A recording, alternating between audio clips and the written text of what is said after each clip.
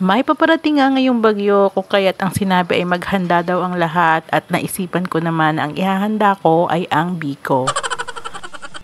Na kahit dumating nga siya o hindi ay tuloy pa rin ang handaan natin at kakain pa rin tayo ng masarap na biko.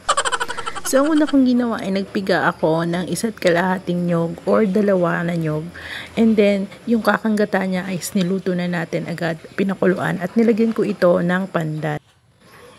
Yung kakanggata nga guys ay yun yung unang piga at yun ang pinaka-creamy at pinaka-madaming coconut milk na makukuha natin.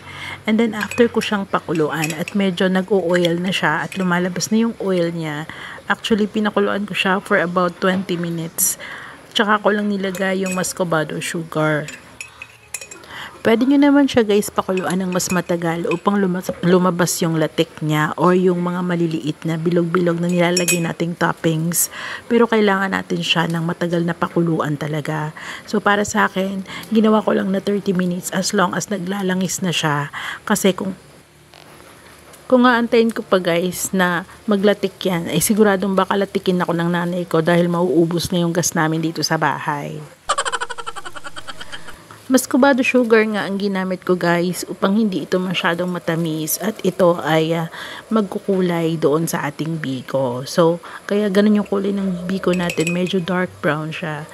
Ito ay dahil sa muscovado sugar na ginamit natin. So, ang ginamit ko dito is 1/4 lang na muscovado sugar, and then yung sinaing ko na malagkit na bigas ay 1 kilo. So, kailangan nga guys, pag nailagay na natin yung muscovado sugar, ay kailangan na natin siyang i-dissolve at i-dilute doon sa ating gata na pinakuluan. So, kailangan walang buo-buo. So, usually kasi yung muscovado sugar, meron siyang mga buo-buo. So, kailangan natin siya guys durugin sa abot ng ating makakaya. And so kapag durog na nga guys yung ating muscovado sugar, ay pwede na tayong maglagay ng asin. Ito yung pambalanse ng lasa. So hindi lang siya maglalasang matamis, magbabalanse siya para ito ay hindi nakakaumay pag kinain. So ganun yung secret dun guys. Kailangan maglalagay tayo ng asin. So ako naglagay ako ng kalahating kutsarita ng asin.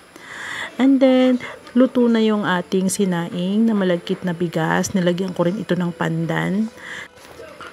Pag nagsaing tayo nito guys, ay hindi pa pwede na lulutuin natin siya ng full cook. Kailangan medyo hilaw-hilaw siya ng kaunti o hindi siya pwedeng lutong-luto. Dahil magiging basa siya guys pag ginawa natin siya.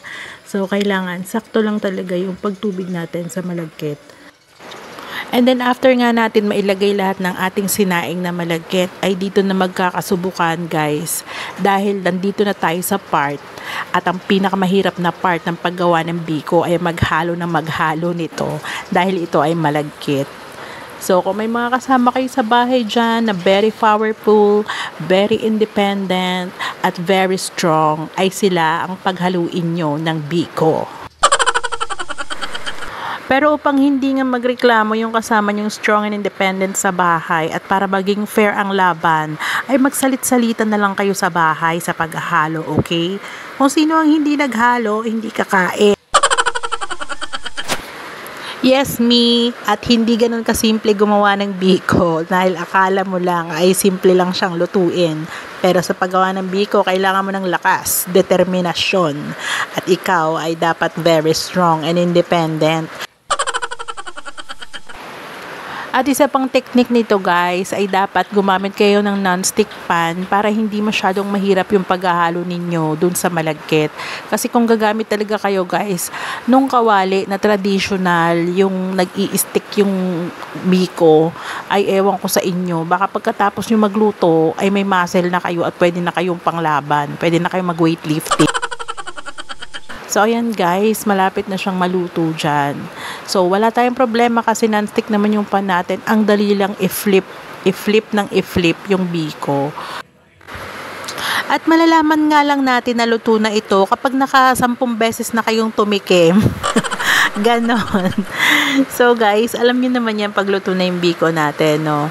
So pwede na natin siyang isalin sa ating lagayan. So thank you for watching. Pwede nyo nang gawin yan sa bahay nyo. And good luck!